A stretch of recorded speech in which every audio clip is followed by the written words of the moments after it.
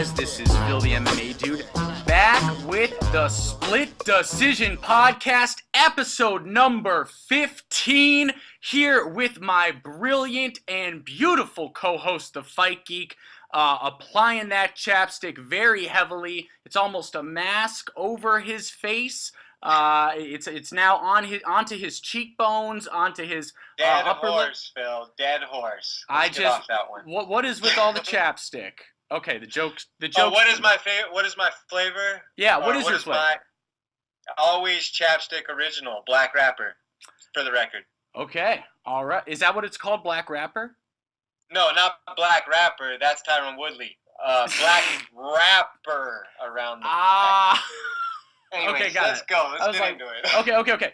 Guys, we've got a huge show today. As much as we want to keep talking about Fight Geeks, chapstick preferences, we've got a huge show. First, we got to look back at UFC 235. A ton happened on that card. Then we're going to preview UFC Wichita, Lewis versus Dos Santos. We've got listener questions. Fight Geek, I know I always say this, but I will say it again. The listener questions were amazing, were they not? They were great this week. Glad everybody participated. We're going to try and get to as many of them as we can today. Absolutely. And we've even got some breaking news that we'll touch on. Aldo versus Volkanovski now set for UFC 237. We'll talk about that a little bit further in the show. I wanted to start off with this question, Fight Geek. So last episode we said that UFC 235 was looking like the biggest card of the year. Did it or did it not live up to the hype? Tough question, man. I'm going to say it did not quite live up to the hype that I had for it going into it. But with that said, I was entertained the whole evening. So I thought it was a good card. I don't think it ended up being the great card we were hoping for. I think there was some flat fights. Obviously, Usman looked amazing. Woodley, that was a strange performance, so that took a little bit away from what that fight could have been. Mm-hmm. I obviously have told you many times I was really excited about the Askren Lawler fight. Thought it was playing out really fun. We'll get into the stoppage later, but I think there could have been more there as well. And then in the main event, obviously Jones was incredibly dominant, and I just feel like Smith had a hard time getting off, and that led to a little lull in the action. But with that said, it was a good card top to bottom. We saw some other cool stuff like the Munoz-Garbrandt fight, Johnny Walker, etc., etc. So did not quite live up to the hype for me, but still a good card. Yep. I would have to agree with that. I think that it was actually Donnie Rocket, shout out to Donnie, saying the other day on Twitter that, sometimes stacked cards like this don't quite live up to the hype, whereas other cards that, don't look as good on paper, I'm thinking of UFC 228 immediately, end up being really, really exciting, great cards. And I think that was a little bit of the case this weekend. But let me start off with the main event, with Jones versus Lionheart. So I agree with you. I think that Jones looked very dominant. He didn't seem to be in trouble. My first question is, I have to mention the controversial knee in the fourth round that could have led to Jones' disqualification. Lionheart could have simply said he couldn't continue, and then the belt would have gone to him. He did not choose to go that route. He chose to keep fighting and lost a very lopsided decision. If you were Lionheart, and try to be as honest as possible, if you were Lionheart, would you have continued or would you have taken that belt? That's such a difficult question because in the moment, actually let me put it this way. In retrospect, I think it's easier to be like, well, he should have taken the victory, taken all that comes with getting the belt that night, setting up the next fight, getting more money. So in retrospect, I think you say that he should have absolutely taken advantage of that opportunity. But showing his true colors within the competition, and I think this is why he's gotten a lot of respect, he did not want to win it that way. And right. For that reason, in the moment, I think a real competitor, and I do consider myself a competitive guy, I wouldn't want to win a belt that way either. But in retrospect, obviously, it makes a ton of sense to have it play out that way. The rules are the rules, yada, yada. I don't know. What about you? Yeah, again, I mean, I think you hit the nail on the head, frankly. I think that in hindsight, it's a lot easier to say, well, maybe, obviously not the honorable way out, but maybe he should have taken it, purely, for monetary reasons for that rematch. But I think he absolutely did the honorable thing by continuing to fight. And look, I have to give John Jones a compliment here. I really do. So maybe mark this down. I'm giving Jones a big compliment here.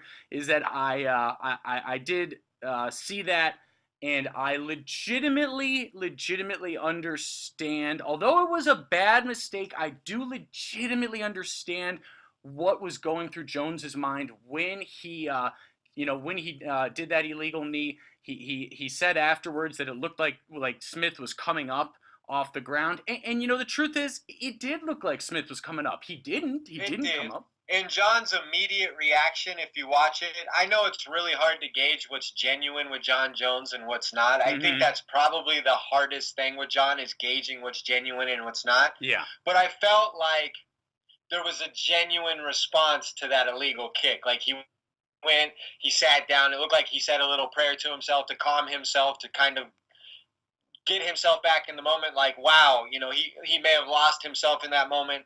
So I felt like, he understood that he had got lost in the moment. Yep, absolutely. And then one more question. And was it Herb Dean in that who ended up taking 2 points, correct? I believe it was Herb. And if we're wrong, I'm sure someone can correct us, but I actually wanted to give a shout to that ref if it was Herb, because I thought that was warranting a 2-point deduction. So even though John did it, he was penalized severely for it, and then the fight went on because Anthony said he could. So I think, all things considered, it played out as good as possible. You know what I mean? Yeah, absolutely. And then the one more question I wanted to ask about this fight is, obviously many people were crapping all over Lionheart for this fight. He even mentioned it in fight week interviews, how much he was surprised by how much hate he's gotten. Oh, Bones is gonna kill you, ha ha ha ha. And I just wanted to know what you thought of the fact that Jones was unable to finish him. Was that either A, a sign of just how good Lionheart is, or B, was it a sign of Jones having an off night and perhaps not fighting the best fight? Well, I've gotten into a couple controversial conversations on Twitter about this since the fight, and it's really hard to pick your words, but I would definitely say... Controversy? What is that? I don't know what that is. I don't say anything controversial. People trying to label Anthony Smith, his performance, because he didn't offer a lot back at John. But let me be clear, John Jones looked like $1 million in my opinion. He came out, he looks big, he looks strong, he's so smart, he's so hard to get inside of, he hits you with everything. He came out in the third round and was hitting Anthony Smith with straight, long, hard right hands. The leg kicks are there, the high kicks are there, the body stuff is there. So I mean, the fact that Anthony Smith was that durable is certainly a credit to Anthony Smith, because I think with that kind of array of offense coming at you, it's incredibly difficult to get off. Now, with that being said, I think Anthony Smith had an incredibly difficult time getting off versus John Jones. I think it was clear pretty early that he didn't have a path to any offense with John's defense and kick game. Yeah. And because of that, he was in a defensive shell. Not saying he was in survival mode, because there were times where Smith was throwing high kicks and overhand rights and, trying to push Jones back at certain points, but Jones looked so good. In every aspect of standing, he looked so good. Yep, I have to agree with that. And that's the thing about Jones, and I think what makes him so tough is that if you stand if you're standing with him, he is, and you're in any kind of distance, because you don't want to get really close to him, right? Because he's got all kinds of spinny elbows. He's got a great ground game, a great clinch game. So it makes sense that you want to keep your distance. What happens when you keep your distance with John is he just picks you apart with those legs. And it's insane because watching it on TV is so frustrating. I can't imagine being a world-class fighter in there with him and not being able to advance. Every time Anthony would try to advance, it'd be his knee would get kicked out, a front kick to the body, a side kick, or a straight, long, what was John's reach advantage? 8.5 inches? Something like that, yep. So for Anthony to survive is a feather in his cap for his durability, for sure. But I think the narrative should be that John Jones is an incredible puzzle. Yep. And we have never seen anybody come close to solving it. There's a ton of controversy surrounding him, but what we've seen inside that cage, there's nobody like John Jones. Yep. I think very hard to argue that. Okay, are we ready to move on to the co-main event? Yes, let's do it. Now, this was the shocker of the evening for me, and my jaw was on the floor. Agreed. Like, wow. Kamaru Usman came in like a freight train and took away every bit of fight in Tyron Woodley this weekend. I don't know, everybody, Woodley's really playing. I wasn't myself that night. It was a bad performance. And that may be the case. But that wasn't there's so much distance to be made up after that performance. I'm not quite sure that that's the case. What about you? I mean, look, first and foremost, did Woodley win 1 minute of that fight? No, I don't think so. No. I have no problem admitting that. Woodley was close, in my opinion. Woodley was incredibly close to being finished. I think it was in the 4th round up against the cage. It was almost eerily similar to the Nathan Marquardt knockout, where he got backed up, started taking uppercuts and hooks. You could see how much he has improved since that point because he moved forward and got out of the way, offered enough offense back, and saved himself. But he was in real trouble in that round.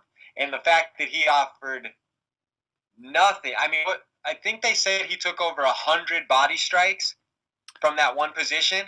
Yeah.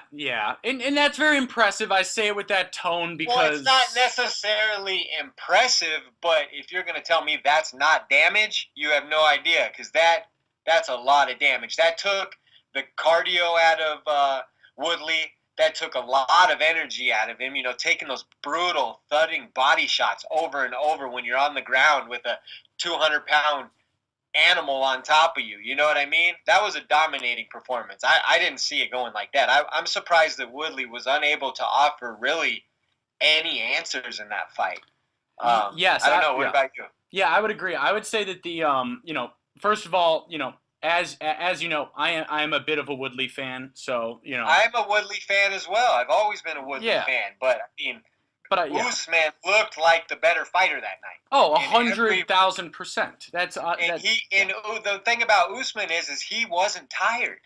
Right. He still wasn't tired, and he had drugged Tyron Woodley around for 5 rounds, and the guy was still in pristine shape. And I mean, it was unbelievable. Yeah. It was, considering the opponent, that's got to be the performance of 2019 so far. Yeah. Okay. I don't know if I agree with that, but yes. A 5-0 whitewash of the defending champion. Yeah. True. No, it was. I don't want to take anything away from Usman. It was an amazing performance. I was really that shocked by the performance. Now, I guess we could go back. Max Holloway versus Ortega. That was in January, right? No, that was November. Oh, okay. Yeah, or early December. Sorry, maybe early December. So I don't know. That was an incredibly impressive performance. So let's just get into the meat of it then. Who does Usman fight next, or should we go to the next fight? Well, hold on, really quick. You're asking me what I thought about the fight. I just wanted to quickly say I thought the biggest disappointment for Woodley, definitely by far, was that he was unable to adapt and make appropriate changes in between rounds, because the first round, the second round clearly were disasters. But what was surprising to me is that he just seemed flat. He just seemed flat the whole time. He did seem incredibly flat. But was he flat or was he overmatched? Yeah. You've been in the gym with a guy who's you're overmatched by and you can't do anything against. Not right? me personally. I just beat everyone. Yeah. Yeah, I'm like John Jones, only an amateur. But I thought Woodley had a look of desperation in his eyes in that fight. Oh, definitely. Like, second round on, he was like, I think he had realized he probably wasn't going to win that fight. Oh yeah, and then I agree. And then back to your question, you said who's next for Usman. So let me ask you this: who do you think deserves the next title shot? Is it Covington? Is it a rematch with Woodley, who, let's remember, was the 4-time defending champ? I say it's got to be Covington versus Usman. Yeah, not a rematch for the 4-timer, huh? 4-time defending. That performance, that was tough to watch. Yeah, that was really tough to watch. I don't think we can run that back right away. I think there's some very interesting fights where you could give Tyron Woodley one fight, and if he wins it, he's right back. Yeah. But I definitely think he needs one more fight, and I think that fight should be someone like Ponzinibbio. I think that'd be a great fight. I agree. I completely agree. And then I think Usman should get Covington so we can finally see if Colby's for real or not. Yes, he has the wins over Maia and RDA, but the guy's walking around with a belt on his shoulder like he's the best welterweight in the world. So I think it's time to find out if he's got any truth to that. Absolutely. All right, so are we ready to move on to the third fight? Yes, this was the highlight of the night for me. So Agreed. All right, so Ben Askren defeats Robbie Lawler with a whole bunch of controversy. Obviously, Robbie is able to flip Askren, kind of throw him onto the ground, throw him onto his head violently in the very beginning, and just starts teeing off on him. I thought the fight was... You saw Ben land sideways on his neck, too, yes. Right? You know he was extremely dazed. Yeah. And then after that, Lawler starts teeing off, and I thought the fight was close to being finished, right? And that was some pride-level violence to kick off that fight. It was amazing. Yep. I actually thought that fight could have been stopped with Ben on the ground. I thought that I saw Ben briefly flash out. He was taking heavy damage. Oh, I don't know if he flashed out. I don't know if I can agree with that. In the moment, I felt like he flashed out. You could see his head drop, and then he's back. He's taking sledgehammers from Robbie Lawler on the bottom. Yeah. The fact that he was able to fight out of that, get back up, and then get Robbie down to the ground is absolutely amazing. And then we get to the exchange that ends the fight, where he has the bulldog choke around Robbie's neck. There was some confusion. Obviously, Herb Dean steps in to stop the fight. After Robbie clearly gives him a thumbs up, there's not even a 2 count, and Herb breaks it up. So I know me and you have had some discussion behind the scenes. I think it's a bad stoppage. I think someone like Robbie Lawler deserves the benefit of the doubt to be left there unconscious if he's really choked out. I don't think you ever intervene in that situation, especially given what you allowed Ben Askren to fight out of 30 seconds earlier. Well, of course it was an early stoppage. Of course it was. That's not up for debate. I'm just speaking more or less to the overall controversy. You know what I mean? Yeah. I don't think that Herb obviously didn't have the angle that we've seen now outside the cage where Robbie throws his thumb up. I don't think he ever saw that, honestly. Oh, he definitely did not. He definitely did not.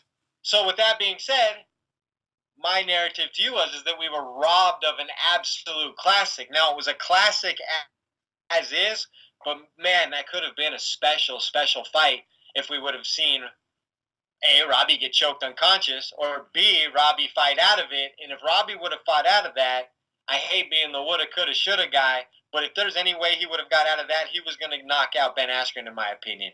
Ben was on wobbly legs, even though he was able to gain a dominant position. So, anyways, I'm still bitter about that fight. I woke up Monday morning still wanting to know what was going to happen next. So, I could see the rematch there, honestly, but I also like Ben flying to London, right? Yeah, and he's being very sitting smart. Side for Till versus Masvidal, and I know I'm being long-winded here, so I'll say this. Yeah.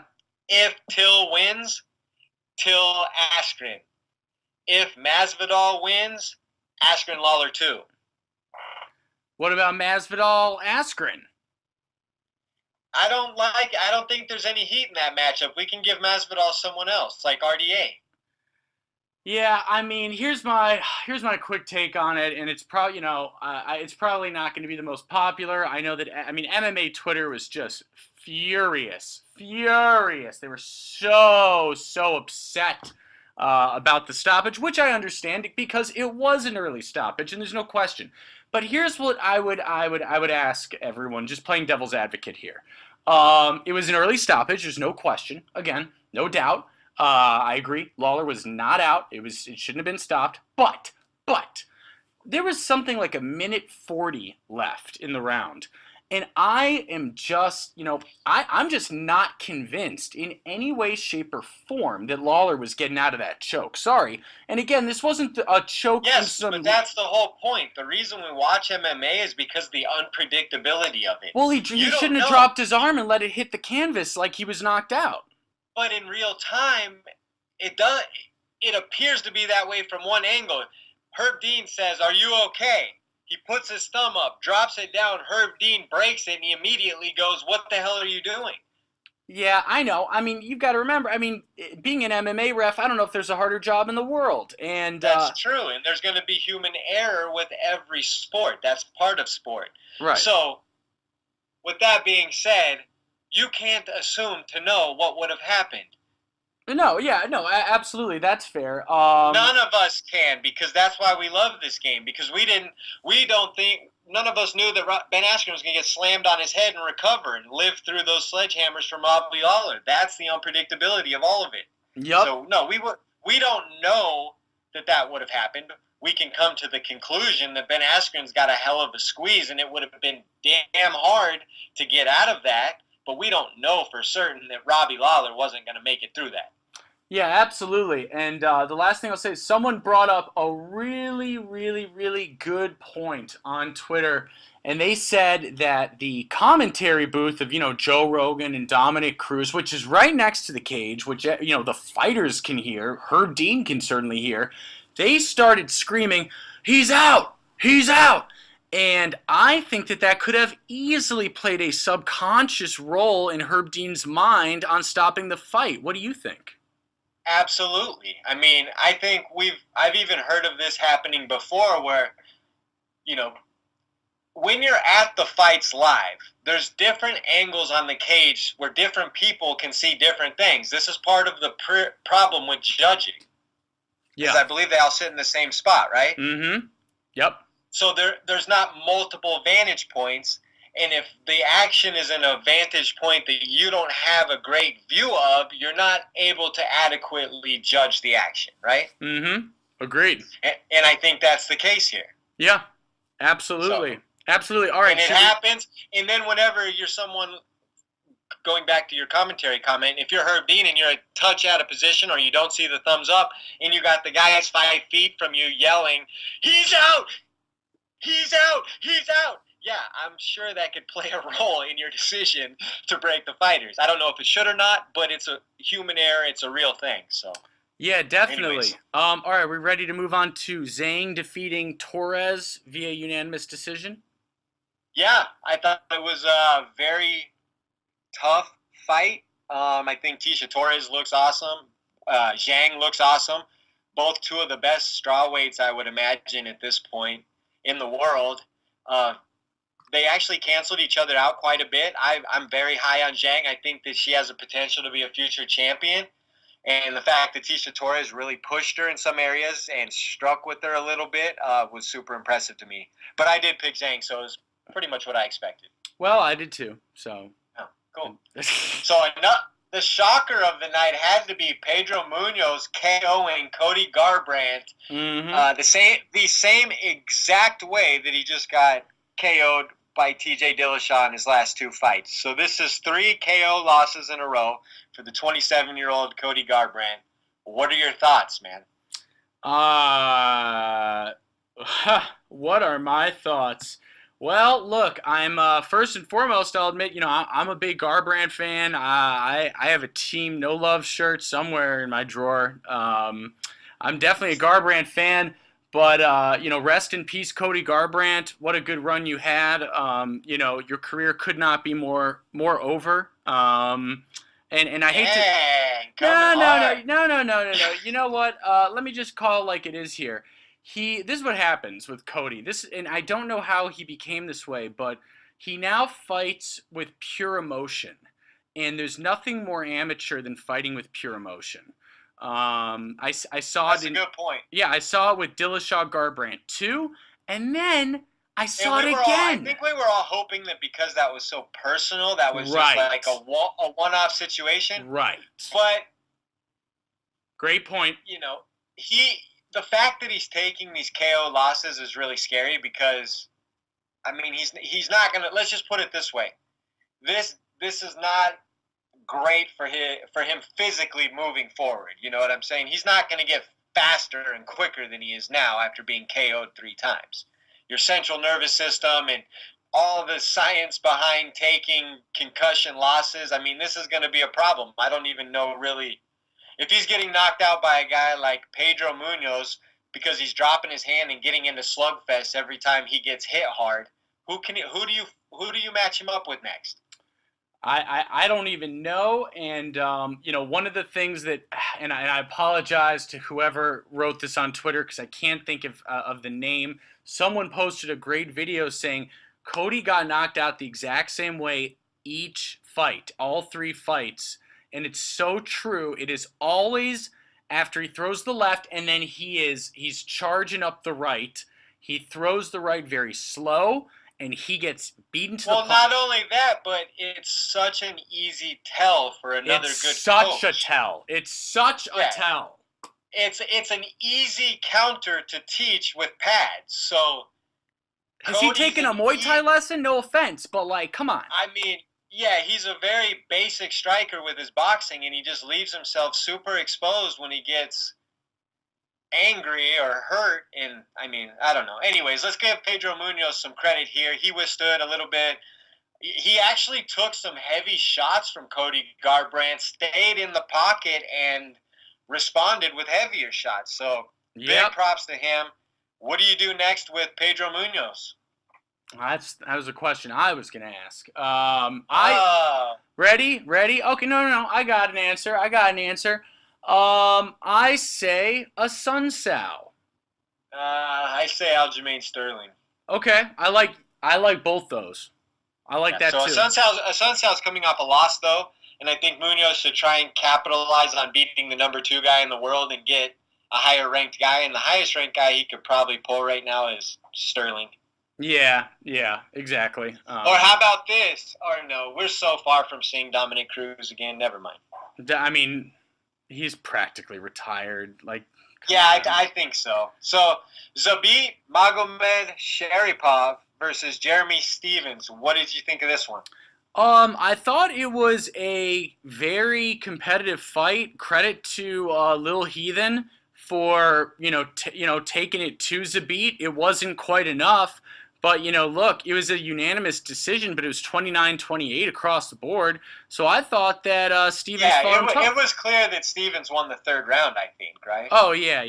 I believe it was, I believe it was the 3rd. It was my birthday weekend, so there's a chance that I may have consumed a little bit of alcohol. But, I believe happy belated birthday, man. Thank you. I appreciate that. I'm old as hell, and we don't have to talk about it. Anyway, I thought Stevens fought well, but Zabit just outclassed him. I mean, he's special. But he is special, but I just want to ask you a question. Did he fight going backwards too much in that fight? It's possible. Do you think he should have been able to get off more offense versus someone like Jeremy Stevens when he had such a size and reach advantage? Yeah, I mean, okay, the short answer is yes, but I would rebuttal with this. I mean, I thought that when Kamaru Usman fought Damian Maia and not only did not get a stoppage but lost a round, pretty, you could make a good argument that he lost a round against Maia. I was super unimpressed. Couldn't have been less impressed. So I think that some of this is, well, I want to play it safe because I want to win. And you could say the same thing about Israel Adesanya versus Anderson Silva, right? Israel was fighting smart. I think Zabit was fighting smart. I can see that. So what's next for Zabit? Ooh, good question. Good. I think it's obvious right now. Who? I think it's got to be Brian Ortega. I knew. Okay. I knew you were gonna say that.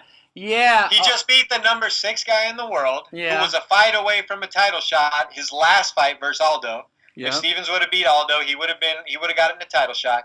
So I think that's a good fight. If he were to beat Brian Ortega, he's clearly a title challenger.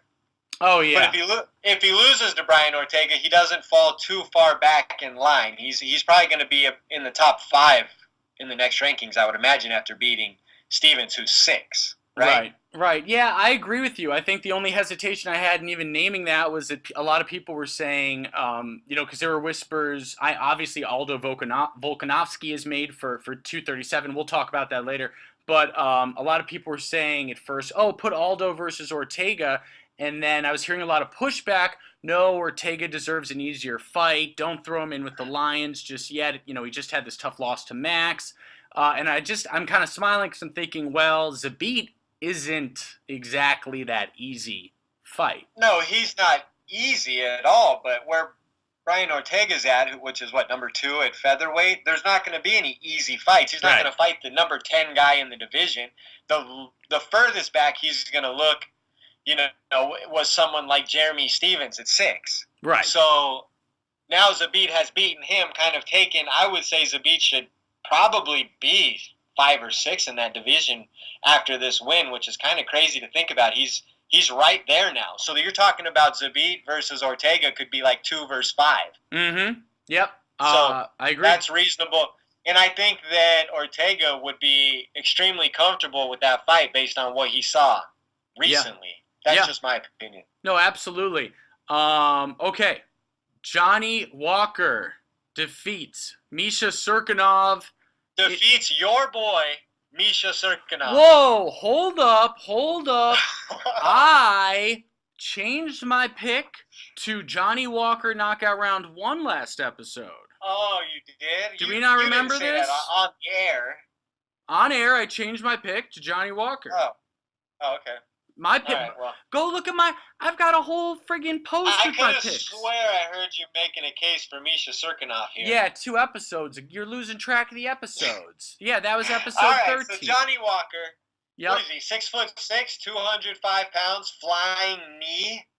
Yep. Right on the grill of Misha Cirkunov, and you could tell Cirkunov rolled over and turtled up immediately, like, please just call it now. That's how brutal that was. What'd you think of I don't think we've seen a fast twitch athlete at 205 like Johnny Walker, maybe ever. That guy is big, and he moves around incredibly well. I mean, he got off the floor quickly. Now, I know he may have slightly injured his shoulder in his post-fight celebration. Oh, he dislocated his shoulder badly. No, he didn't. It's minor. They had. Are you sure? I thought it was dislocated. Minor. No? Well, that's not super major. Okay. But anyways, sidetrack me. But yes, Johnny Walker's the truth, dude. I don't know if we've seen a guy that's quite as athletic as him at 205. So I don't know. I don't know what more to say. The guy's been in the cage for like 2 minutes. He's knocked out 3 guys. Who's next for Johnny Walker? If you're the matchmaker, because I've got an idea in my head, but it's gotten some pushback.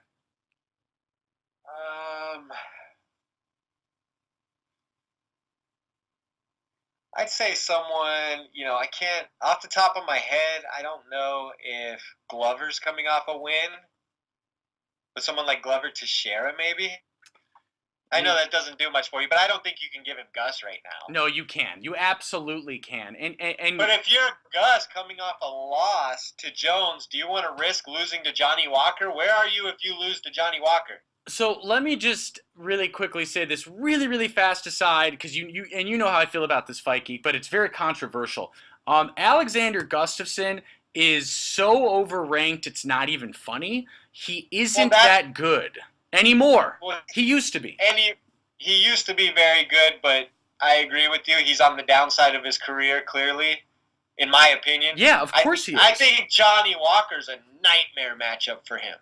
Everyone on MMA Twitter's like, oh, Walker's not ready for a monster like Gus. I'm thinking, yeah, he is. That's what everybody was saying about Misha Serkinov a month ago.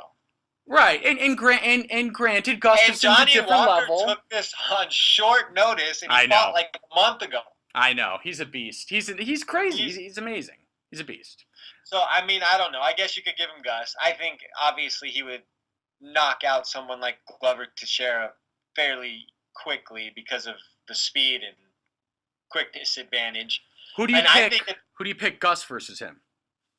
That's really, really tough because Gus is so much more of a seasoned fighter, but I'm not sure that he has the chin or the athleticism anymore to hang with Johnny Walker. That guy came in a low stance, goofing around, and he comes out of nowhere and just deads Misha Serkinov with a flying knee. It's craziness, dude. Absolute craziness. Yeah. Yeah. So I'd love to see that fight. I don't think it's too soon for Johnny Walker. What about Johnny Walker versus Corey Anderson for a #1 contender fight? I mean, look, man, if Corey Anderson gets a title fight, I might have to fake sick to miss a UFC event for the first time in my life. Well, then you should hope he has to fight someone like Johnny Walker who can knock him out. But I think he may be a guy who actually Johnny Walker looks so big in that division. It's just hard to imagine him getting manhandled after what we've seen. But you never know. It's hard to imagine Francis getting manhandled until we saw that. Yeah, I don't have much to say about Corey Anderson. I did hear his interview a few weeks ago on Helwani. Sounds like a nice guy. That's all I have to say. All right, next. Yup. Turbo Perez versus Cody. Is it Stamen or Stamen? We disagree. I mean, I thought it was. I don't even remember which one it is. I thought it was Stamen. I don't even care enough to know the real name. Did you see Turbo Perez's weird face-off poses before the fight? Is that where he was making all the weird hand signals and all that? Yeah, he was like kind of jerking her, just acting strange. That was bizarre, huh? Yeah. That was the most noteworthy part of that fight. Yep. In my opinion. Yeah, correct. I think we don't need to say much about it. Didn't we both choose him? Sanchez turning back the clock and teaching Mickey Galls that there's levels to this. Did you like that at all? Yeah, so I'm really glad you brought that up, and this is really the last fight I've got a strong opinion on. Macy Chiasson, great job. Hannah Cyphers, decent job, whatever. Shabazian killed Bird, whatever. But Sanchez Gall, I feel a little weird saying this. I very rarely root for people to get badly beaten, but I was given a lot of genuine joy and happiness into my life watching Gall get so hurt. And maybe that says a lot of bad things about me, but I could not have been more pleased watching Mickey Gall get seriously injured because I think he's such a fuck. Well, it's bizarre. I feel like he's regressing. I think he's... definitely regress. Oh, he's completely regressing. Obviously, Diego Sanchez is the most seasoned and best fighter he's ever faced by far, and I think you could see that he was nowhere near ready for Diego Sanchez. From the bottom, he offered nothing. Again, there was just... he didn't do anything. Yeah, yeah. Is there anything? Do you like Gall? Is there anything likable about him?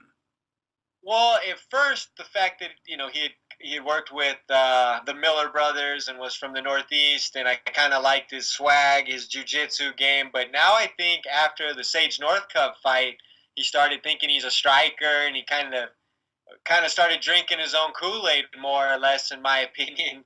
And then he calling out a guy like Diego Sanchez, more or less in a way that kind of led you to believe that he looked at him as like a stepping stone. He was just going to take his name and gain some fame. Yeah, so, I mean, I think he was. I was ready if he had won. I was ready for him to call out the wheelchair-bound child in the first row. He'll be calling for Johnny Hendricks to resign if he would have won. Hey, who's that little kid with the shaved head in the first row? I'ma kill you. So with that being said, I desperately want to see Mickey Gall versus Mike Perry. Is that wrong of me? No, hell no. That's great. Oh, that's actually a great fight. We get the grappler who thinks he's a striker fighting the fighter, or the striker who thinks he's a grappler. It'll be tons of fun. The lead-up will be fun, too. Yeah, I know. I like that fight. I don't see... They're both coming off like... I think Mickey's lost 2 in a row and Mike's lost 3 or 4. So let's give those both a fun fight and see who's still a legitimate prospect and who's going to Bellator. Yeah. All right. Exactly. Hey guys, this is Phil the MMA Dude from the Split Decision Podcast. Listen, if you're serious about your health like I am, you gotta visit healthyhabits.com. They've got all natural formulas and supplements to meet all your health and wellness needs. You can use or mention coupon code SPLIT20 to get 20% off your entire order. We're hooking you up here. I've personally been taking the Stem Cell Maximum product for about 3 months now, and I feel like a friggin' superhero. Seriously, it supports healthy adult stem cell rejuvenation. It supports a healthy immune system. It supports a healthy cardiovascular system. So what are you doing right now? Go on to healthyhabits.com, use or mention coupon code SPLIT20 to get 20% off your entire order. Let's move on to UFC Wichita. Let's go. Okay, all right. UFC Wichita. UFC Wichita. UFC Wichita. At least we get a very intriguing main event. Derek, my balls are hot, Lewis versus the former champion Junior Dos Santos. Who do you got? First of all, I thought this was a tough fight to call, but, I thought more and more about it, and I think it just comes down to, because I do think they're evenly matched, who's a little bit hungrier right now, and believe it or not, I'm going to say that JDS is a little bit hungrier. So I see this being a third-round knockout, third-round TKO by JDS. Wow. Okay, well, I do think JDS is going to win. I do not think he's going to knock out Derek Lewis. Derek Lewis has a chin on him. He's taken the best from a lot of big guys. That's true. I would say that I think Lewis, because Junior Dos Santos is such a good boxer and he still has above average mobility for a heavyweight, he's going to give Lewis a lot of problems with his cardio and mobility. He's going to tire Lewis out, and the fact that he is a great boxer and his mobility will allow him to take Derek into deep water, and he may be able to TKO him, but I see a sloppy 5-round decision for Dos Santos, steering clear of an exhausted Lewis chasing him around. Okay, I can see that for sure. I can see that. But there is always the opportunity for Derek Lewis to have that one shot a la the Volkov fight, and that's why we tune in. So just because I see it one way doesn't mean it can go the polar opposite direction at any given time. I agree, and obviously, we're not going to go, fight by fight on this card, but I do want to ask you about the co-main, Millender versus Elizeu Zaleski Dos Santos. Who you got on that one? A lot of names. Yes, it is. Is it is it the first UFC card in history where the main event and the co-main event have the same last name? It has got to be. I don't know. There may have been some Silvas in there at some time. Good point. Good point. All right. I am going to take, is it Curtis Millender? Yeah. He's on an 8-fight winning streak. He's one of the most explosive strikers in the division. He's 6'3" with a 78-inch reach. He's looked great lately. I know Dos Santos is a great action fighter, brings a lot to the table, but I'm going to roll with Curtis Millender. 3rd round TKO. Wow, we disagree. I'm going to roll with Elizeu Zaleski Dos Santos. I'm going to say... It's about time, man. Hey, TKO. 2nd round. Interesting. That should be a fun fight. Not two names that are going to really call out to some casual fans, but there will certainly be action in that fight. Agreed. All right, Tim, the Dirty Bird Means versus Nico. Does Nico Price have a nickname? I don't even know. Who cares? No, I'm a fan of both. They're both good. Yeah, it's a hard fight. Nico the Hybrid Hmm. Price. Okay, who you got? Nico the Hybrid Price coming off a loss, or Tim the Dirty Bird Means? I think he's coming off a loss also. I'm going to double check right now. They could both use new nicknames, but that's a side note. But don't say that. The Dirty Bird is a good one. All right, well, the Hybrid ain't, so I don't know. It doesn't work for me. Anyways, Wasn't Brendan Schaub the Hybrid? I thought, yeah, was he? I'm not a big of, like... Was he? I'm not a big fan of... Yeah, I think he was. And you're not a big fan of what? I'm not a big fan of recycling nicknames. I think you should definitely get your own. So the Dirty Bird can stay. Anyways, who you got? Oh, you're right. Yep, Brendan. I can confirm Brendan Schaub was the Hybrid. Okay. I definitely have. It was a hard one. I've got Tim Means by decision.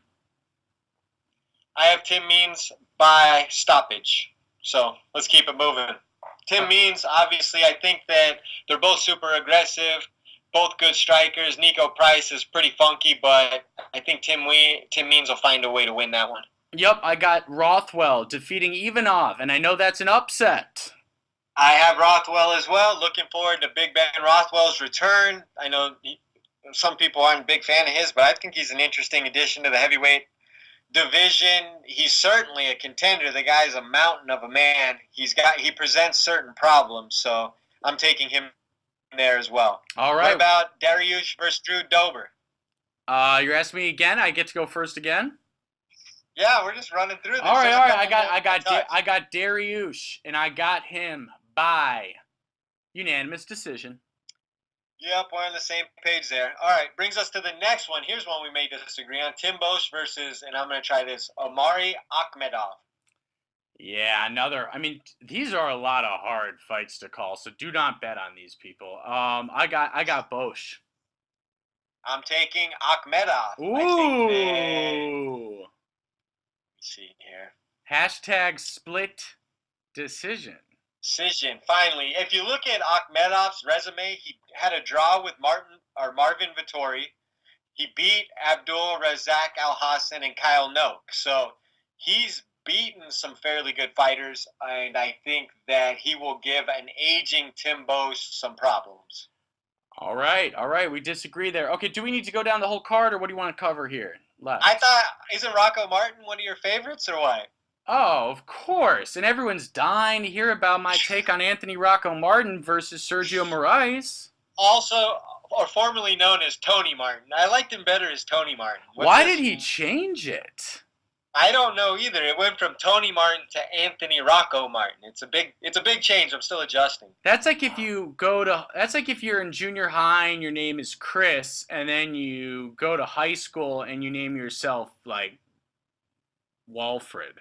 That's like when you go into the witness protection program or something. They're like, you're Rocco. No. I don't think Walfred's a real name. I just made it up on the spot, but let's just go with it. Martin or Sergio Moraes? Who do you got? I got Martin. I got my boy Martin. I got to stay loyal, yo. All right. I'm taking Martin as well. He's looked great in his last few fights. He's one of the welterweights to watch. Marion Renault versus Yana Kunitsakaya. Who do you got? Yeah, this one was tricky because I was super tempted to immediately say Kunitsakaya, but Renault's looked good. And anyways, I'm sticking to Kunitsakaya. Oh, Marion Renault all the way, man. Marion Yeah. Renault has looked good in her last fight. Won a tough decision versus... Man, there's a lot of names to remember. Actually, she lost to Kat Zingano, but before that, she beat Sarah McMahon. For that reason, I'm taking her over Kunitsukaya, who I think she will probably be able to get to the ground and win the exchanges on the ground first. Okay. Any other fights that you want to cover? Maurice Green, the guy who was doing crochet from the Tough series, is a heavyweight to watch. He's debuting versus a guy named Jeff Hughes I've never seen, but I definitely am going to tune into that. Other than that, there's some other names on the card. Everybody tune in. ESPN. It's on ESPN Plus this weekend, right? I believe so. Oh, Alex White. We were talking about him last episode, weren't we? Yeah, Alex White. Yeah, we were talking about him last. He's a name guy, but he's lost to Jim Miller and James Krause recently. So I have him winning though. I have him winning this one. But versus Dan Murray, yeah, so do I. Yeah. And then since we'll just call out the last two, Zach Otto, I have taking Alex Morono. And I also am taking Louis Smolka, who's made his way back to the UFC. And I believe I've seen he had a recent poster saying he's been sober for a year or something. Mm-hmm. I think he's won 5 in a row. So that's very promising for the career of Louis Smolka. He's won 4 in a row. So I'm taking him to ride that momentum. Yep. Agreed. Okay. All right. Should we get to the listener questions? Let's do it. Oh, but before we do that, I'm sorry, I did jump the gun. I wanted to very quickly talk about 2 very quick breaking news stories. Number 1, the real breaking news. Jose Aldo versus Alexander Volkanovski is set in stone for UFC 237. What do you think of that fight? Do you agree with that matchmaking? And who do you got, Fight Geek? You gonna make me pick it now? It's Absolutely.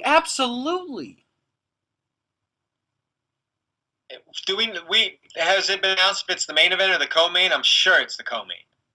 I don't think it's the main or co-main because Rose Namajunas versus Jessica Andrade is in there, and then they're not going to headline with that. So if it's a 3-round fight, yeah, I think it is. If it's a 3-round fight, I would still favor Aldo today. Ooh. Okay.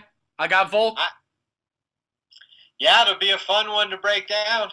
Yep. Okay. I think Volk offers a lot of the same things that Chad Mendes does, but actually a little bigger and a little better. So we've seen Aldo do well with those wrestler types. What Aldo does not do well with is cardio strikers. So. Yep. Agreed. I think he's comfortable with that. It was a pretty quick turnaround for him. He's going to be in shape. He's going to be riding the momentum of being at home, which is huge for fighters like Jose Aldo. So I would give him the edge right now. Yeah, absolutely. I think it's like a coin flip fight. It's so hard to pick. I love but that. If Volkanovski is able to go into Brazil and beat Aldo at this point in his career, I think that sets him up for a clear title shot. Yeah, absolutely. Hard to argue with that. And then the last thing I wanted to touch on, and we can keep this very short, is I thought it was very interesting that Colby Covington was on the absolute verge of complete and total irrelevance. He went uninvited to 235. He had a loudspeaker and a megaphone. He's creating problems left and right. Usman's open workout. Then he's stalking Dana White in the casino. And here's the craziest part. It seems to have worked because apparently White went over to him and said, "You've got the next title shot. Just relax," during Woodley Usman. And, what do you make of that? What do you make of it? Well, there's 2 parts of it, as usual. I think that's how underwhelmed Dana was with Tyron Woodley, that he decided in the 4th round that he was not deserving of a rematch. That's my first observation. And my second observation is, I think it did work. I think in some strange, twisted way, he was able to steal some of the spotlight. And the fact that he's kind of like the class clown, especially with taking his video camera into the Palms and running up on Dana at 2 a.m. or whatever that was. I mean, that's such a clown move. You don't know you can't videotape inside of a casino? Like, how old is this guy? Is this his first time going to Vegas? I mean, So I think he looked like the clown that everybody likes to laugh at, not necessarily with, but there is some spotlight that comes with that character. So yes, I do think it helped him. Yep, agreed. All right, should we move on to the amazing listener questions? Let's do it. All right, so my very first one is from our good friend Larry. That is at LARMUL61. He said, thoughts on Jones versus Santos?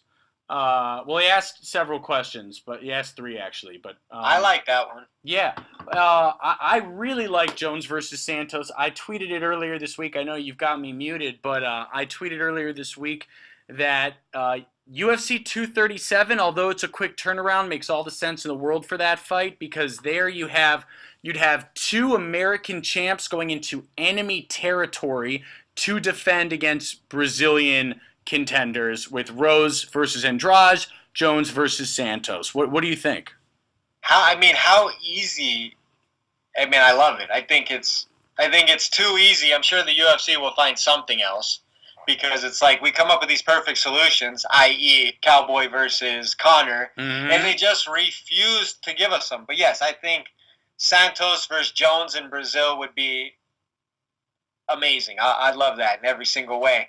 Is Jones willing to go on the road? I think he might be, to win some good graces. So that would be a fun fight to book, and he'd be fighting a true KO puncher, something he rarely faces. I know Anthony Smith is somewhat of a knockout artist, but I think that Santos. Santos is a true knockout artist, and in the UFC today, he's one of probably the top 5 knockout artists. So that threat alone, and the fact that he knocked out Blachowicz, it was the 4th round, right? The 4th? I believe it was the 3rd, the 3rd or the 4th. So the fact that he was able to stop him in the later rounds is also very impressive and builds intrigue. So it's not that he'll only have the first round to knock out Jones. We've seen Santos knock guys out late, so that power translates to the later rounds with him. So very intrigued by that fight. If we don't do something, Jones, obviously Jones DC is always looming, I feel like. But if that's not going to be the route the UFC is going, I think Santos is 100% the guy next. Yeah, and I'm really glad you brought that up, because I almost forgot to shamelessly brag really quickly. So during the UFC 235 post-fight presser, Dana White confirmed again that he is working very hard on DC versus Brock. He said that should be next. That is next for DC, barring it. Yeah, and he was very telling there, more so than usual, where he's giving DC the Brock fight as a legacy fight, as a thank you, period, regardless of rationale. Yeah, and again, I don't like bragging or tooting my own horn, but if you're a Split Decision podcast listener, that wasn't any breaking news, because I broke that news first of anyone, including Ariel Helwani, on episode 13 of this show. Go back. I said, I've got inside sources. Buddy. Huh? Nothing is booked. Dana White's word in a post-fight press conference is, you know what that's worth. 2 weeks ago, what did I say? That fight is happening. I have inside sources saying it's happening. All right. I'm saying. When they put pen to paper, we'll give you a pat on the back. Okay, buddy. fine. That's fair. Okay, fair. All right, do you have a question lined up? No, but I can find one unless you got one queued up. Yeah, okay, I got one. This is from Anish Nair, and that's at Big Anish M Nair, at BIGANISHMNAIR. He said, what happens to the featherweight division now with Max booked against Poirier and with Aldo versus Volkanovski at 237? What if Aldo cleans house again? Zabit hasn't faced anyone in the top 5 just yet. Similar to Ponzinibbio at welterweight, who should be next? So I think he means, who should be next for the title. You could also take that as who should be next for Zabit, which we already covered. But yeah, I think it's a good question. What do you do at featherweight in terms of belts? Well, it depends on what happens with Max. We're always trying to put like the cart before the horse. So you just wait. Well, okay, you gotta wait then. Dustin versus Max isn't too far off. That'll be settled in the next 60 days, right? So we'll know whether or not Max will be going back to featherweight or if Max is at 155 to stay. Because if Max wins the interim belt, then he will either relinquish the featherweight belt or be stripped of the featherweight belt, a la Conor McGregor, and will be absorbed into the 155-pound division, and then we'll have people fighting for the vacant 145 belt, right? Which probably essentially could be Aldo's last fight of his career could be for the vacant 145 belt versus someone like the winner of Zabit versus Ortega. Right. Okay. So. Okay, that's fair. But I mean, but we don't know because, like I said, I think based on the weight cutting issues and Max getting older, 155 is the reality of his future. Mm-hmm. So, but we need to see, is he going to be catapulted into the top 3 of that division, or is he going to go back down and try to defend his featherweight title 1 or 2 more times, maybe? Yeah, it's a good question. I know that. But I don't think you sorry, one more thing. I don't think you introduce an interim at this point until you see the results from Max. Yeah, I think that's very fair. The only thing I was going to add there is that Max voiced this week that he would be very interested in continuing to defend his featherweight belt while making inroads at lightweight. Was what he said. Lightweight's the most competitive division in the world. Right. You're not defending 2 belts if you're the champion there. Yeah, I mean, You're just not. It's a great idea, but it's a physical impossibility, in my opinion. Well, honestly, I think what Max was referring to was if he beats Poirier, I think that he realizes there's a chance he is still not getting the next Khabib fight, and then would defend. But, yeah. Okay, yeah, I can see that. Yeah. All right. Let's see, I got some queued up here. Anthony Hernandez at _seasoned salt says, what's next in your eyes for Pedro Munoz? We kind of touched on it, but not really. Who do you see him getting after beating the number 2 guy in the division? Did we not say names? I'm trying to remember. I said Aljo. Right. Aljo or shoot, I'm just drawing up. Who was the guy that I said? Because I liked Aljo and then I liked one other person. I don't know. I heard you. Oh man. Okay. Yeah. No. I think Aljo is a good. Oh, I think I said a Sun Sao. Yeah, you did say a Sun Sao. So. Yeah. Thanks for nothing. All right. Sorry, I didn't remember. Okay. Lots going on here. I got one more from unsolicited fight picks at Combative Views. Oh yeah, I love that guy. What's up, bro? What's up, man? Where does Corey Anderson fit in the light heavyweight title picture? Hopefully nowhere. With the new recent crop of contenders. So you don't think he's obviously a top 5 light heavyweight right now, correct? Unfortunately. Okay, so would you favor him versus Gus? Nope. Would you? Would you? I think that's a tough fight for Gus right now. I think Corey Anderson's coming into his prime. He's a great wrestler. He has the athleticism to strike a little. I think Corey Anderson's actually I think I hold him in higher regard than you do. Let's just put it that way. No, look, look. Respect to Corey. Okay? Respect to him. But you can't He's like the 4th best light heavyweight right now. I mean, people make jokes about Usman and Tyquill being boring. I mean, you ain't seen nothing until you've seen Corey Anderson. Okay, moving on. You got one queued up? Yeah, I do. All right, this is from Just Bleed Guy, at Just Bleed. Great AV. I love this guy. He says, how do you see Holloway-Poirier playing out? And second of all, is it even fair for Max to be getting an interim shot with 0 lightweight fights? Go. We covered this last week. No, it's not fair. What is fair? What is fair in the UFC in the last 2 years? Right, nothing's fair, but what is fair is Tony Ferguson versus Dustin Poirier, but there's a million other variables that are keeping us from that. Well, Dana can't force Tony to fight. I mean, he addressed that. Right. That would be one of the variables. Tony doesn't want to fight. Right. So, but he doesn't want to fight because the UFC has set a precedence that when you earn a belt, an interim belt in particular, that it doesn't mean anything. So why would you do that twice? Yeah. Well, I'll tell you why. Because Tony just may have cost himself a title shot forever. That's why. Right. No, not forever. But we're getting sidetracked. Well, we're talking about how we see Max versus Dustin, right? Yeah.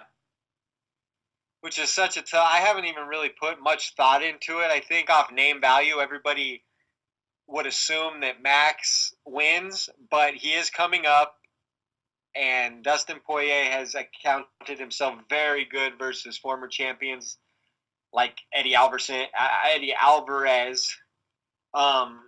Alverson's good too, though. So Alversons. That's where I shop. Yeah, you know. Okay. So, anyways, I don't know. I know. I agree with you that Poirier's being definitely a little disrespected in that matchup. It's going to be, I think, it's going to be. I mean, it's going to be such a fun fight in a vacuum. I understand it doesn't make sense, but it is going to be a great fight. The cardio and the volume and it's going to be great for sure. Yeah, I think there is something too. Perhaps I know it was a lifetime ago, but Poirier does have a victory over Holloway. They have been in the cage together, so there is some familiarity, even though it's a long time ago. I mean, that's like comparing me to when I was dating my high school girlfriend. I mean, that is a different universe. Okay, fair enough. I got another question. Anyways, wait, quick. I got Holloway by third round stoppage. That's all. I'm not making a pick yet. We got a lifetime. He just asked you to make a pick. This guy's asked you to make a pick. If I have to make a pick, it would be Holloway by decision today. Okay. Not by stoppage. Come on. Justin Gaethje cannot stop Dustin Poirier. If Eddie Alvarez can't stop Dustin Poirier, Max Holloway coming up isn't going to stop Max. Yeah, we're going to see. We're going to see. All right. At Mr. B 1986 asks, at this point in Cody Garbrandt's career, does he take a step outside of Team Alpha Male to elevate his game? Go. Oh, man. The truth is, I would sit Cody down and say, there's nothing that can save you. I mean, yeah, he can go wherever he wants. He can do whatever he thinks is right. I don't know what to say. So you're saying the damage is done? Damage is done. Chin is done. Career is all but done. You're completely sold on Cody Garbrandt making another title run. Basically, I think he'll be champ 14 or 15. Well, what's the record? 15-time defending champ. So what do you think? So he's on a 3-fight losing streak. What, does he have to lose 5 in a row to get cut? He's not. Did you see what Dana said about his loss? He said Cody's the man. Yeah, I mean, they love Cody. He's so marketable because he is pretty good looking, and he's he's marketable. Well, that marketability is going out the window because he's knocked out on everybody's highlight tape now. Well, that's because he fights like an 8th grader who's been getting bullied for a year and a half. I mean, TJ Dillashaw's not going anywhere, and every time that guy fights, there's going to be 2 clips of Cody getting smashed. Yeah, yep. I think that Cody, I don't know what to say. I think Cody needs to take a long break, a long break, as in a year minimum, and he just needs to go. He just took a long break. Well, it wasn't long enough, Fight Geek. It wasn't long enough. This was Cody 2.0. This is married Cody. This is focused Then Cody. He should retire. Then he should retire. Cody. Then retire. I don't know what to say. You want me to say something nice about him? I don't know. What do you want? I'm a fan of Cody. I like Cody, man. I just want to know what's the plan? Possibly be thinking as a game plan for next. Send him to Tuesday Night Contenders with his ass. I mean, are you kidding me? All right. Okay, another one from Jim Asoon. At Jim Asoon. I love Jim. Torres. Jim, what up, son? Tisha Torres is in a tough spot now. I think her next fight should be as a gatekeeper position. I would like to see Tisha take on Cynthia Calvillo in her next fight. What do you think? I agree completely. I think that's a great call, Jim. Okay, I can't say I wouldn't watch Tisha versus Cynthia, but Cynthia's coming off a win. Tisha's coming off a loss. They don't usually like to match them up that way. I actually like Tisha Torres in that fight, though, so that would be very tricky for Calvillo. All right, so it's all the more reason that's got to get made. Right? Why, you're not a Calvillo fan anymore? No, no. I just disagree with you and secretly think Calvillo will win that. Oh, okay. Just for disagreement purposes. Wait, really quickly, I've got one from Pat Tobin. This is at PAT_TOBIN. He said, if you could bring one current fighter to the UFC who's not currently there, who would it be? Like in any organization? Or around the world? What does that mean? Let me, yeah, that's how I understood it. No, that's how I understood it, but if you bring one current fighter, yeah, anyone from the any, like Bellator, one, whatever. Oh, I've got an answer. I feel like there's a pretty obvious answer. No? Yeah, I think right now I'd like to see Ryan Bader versus John Jones. Yep. I was actually thinking of Mousasi, but your Bader answer might be better. Mousasi or Bader? If you bring Bader over, essentially we've never seen heavyweight Bader either, so that could be an intriguing thing. You're potentially getting a fighter in two divisions. Same with Mousasi. He might fight at 205.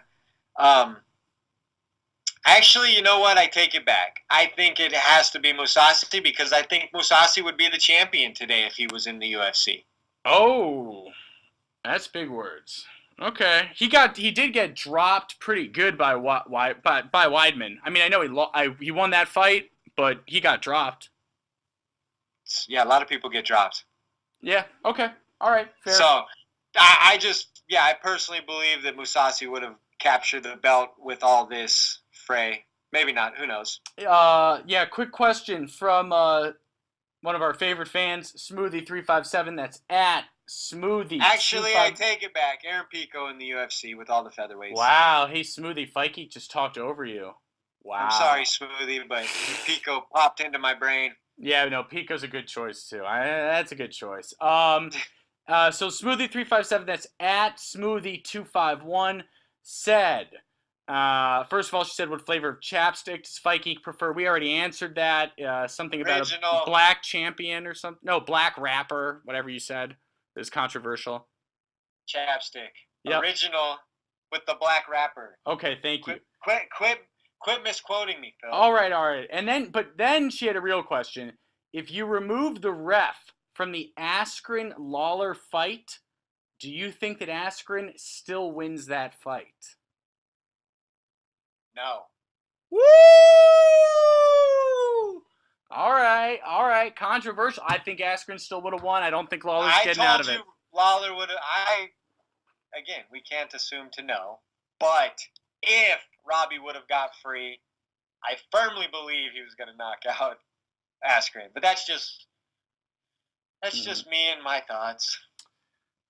Fair. Okay. Any other questions that we're missing here? I don't have any more. This is Guy Shook at Guy Shook 79. Love this guy. He said, "Is the Fight Geek ever gonna follow me back?" I did. Okay. I was gonna say back. I followed a couple other people. Why'd you have to ruin it? I was gonna give my answer. Why'd you ruin it? What do you mean? Well, I was gonna say I highly doubt it. Fight Geek is not nice about following people back, and I highly doubt it. And don't hold your breath. Well. But then you did follow them. Of course. You just ruined my joke. Anybody who wants me to follow them, I will follow them. You ruined my joke. Oh, sorry.